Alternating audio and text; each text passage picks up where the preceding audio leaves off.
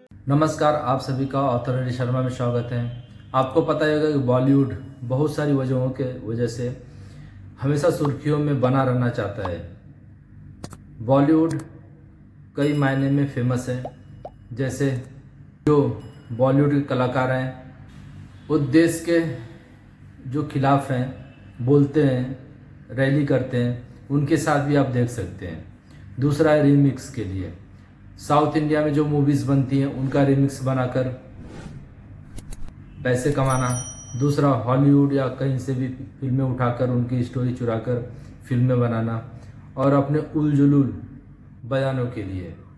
आजकल बॉलीवुड का एक ही फंडा होता है, किसी तरह कंट्रोवर्सी क्रिएट की जाए और उसका फ़ायदा उठाकर फिल्म को हिट किया जाए। और इसी चक्कर में बॉलीवुड आज डाउनफॉल हम देख रहे हैं। फिर भी बॉलीवुड सुधरने का नाम नहीं ले रहा है। अब एक फिल्म आई है बवाल। फिल्म कब आई कब गई वो पता नहीं, पर फिल्म को लेकर यहूदी समुदाय विशेषकर इजराइल ने आपत्ति दर्ज की है।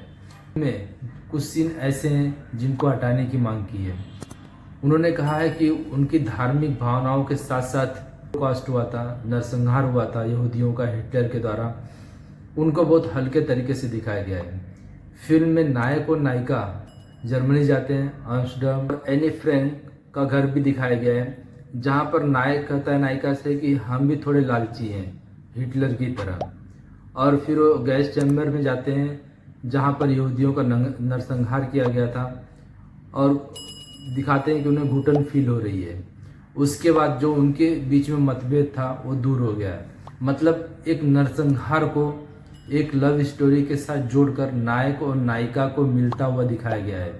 मतलब आप समझ सकते हैं कि जहाँ पर 60 लाख लोगों को गैस चैम्बर में डालकर मार दिया गया था, उस चीज़ को नायक और नायिका के बीच में जो मतभेद हैं उसको दूर करने के लिए एक हल्के तरीके से दिखाया गया है। एक लव स्टोरी के लिए वो जगह बिल्कुल सही नहीं थी। और गिलोन ने भी, जो भारत में इजराइल के राजदूत हैं, उन्होंने भी इस बात पर लेकर आपत्ति दर्ज की है। उन्होंने कहा कि मैंने फिल्म तो नहीं देखी है, पर जो दृश्य मैं सुन रहा हूँ और पढ़ा हूँ ये बिल्कुल ही आपत्तिजनक है।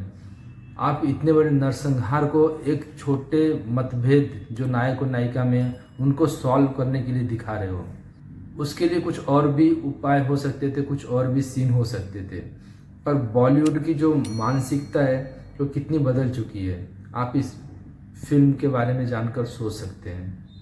यहूदी संगठनों ने भी मांग की है कि इस फिल्म के उस दृश्य को हटाया जाए जो हमारे जख्मों को हरा करता है। और सबसे बड़ी बात है कि अगर उस संदर्भ में दिखाया जाता कि किस तरह लोगों का नरसंहार हुआ था तो बात अलग थी।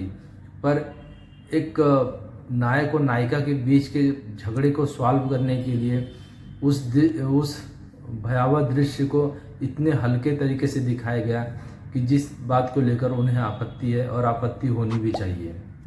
तो आप बॉलीवुड के बारे में क्या सोचते हैं? क्या आप बॉलीवुड की फिल्में देखते हैं?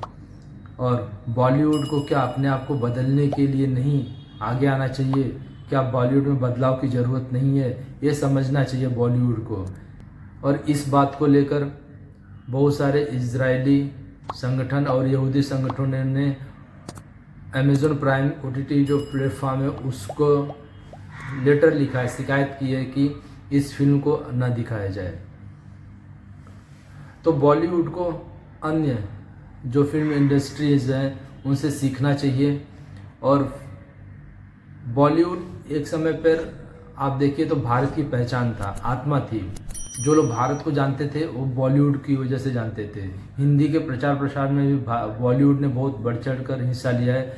बॉलीवुड फिल्मों की वजह से हिंदी पूरी दुनिया में फैली और भारत की भी पहचान हुई।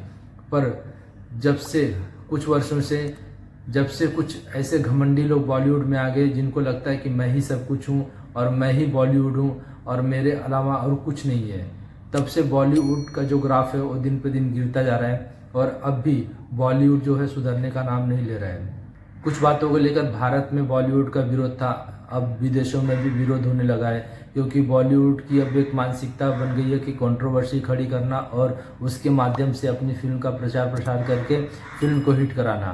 पर ऐसे ट्रिक बार बार और ज़्यादा समय तक काम नहीं करते हैं। तो आप इस बारे में क्या सोचते हैं? बॉलीवुड को आप क्या सलाह देना चाहते हैं? वीडियो अच्छी लगी हो तो लाइक, सब्सक्राइब और शेयर करना ना भूलें। मिलते हैं अगली वीडियो में, तब तक के लिए नमस्कार, वंदे मातरम।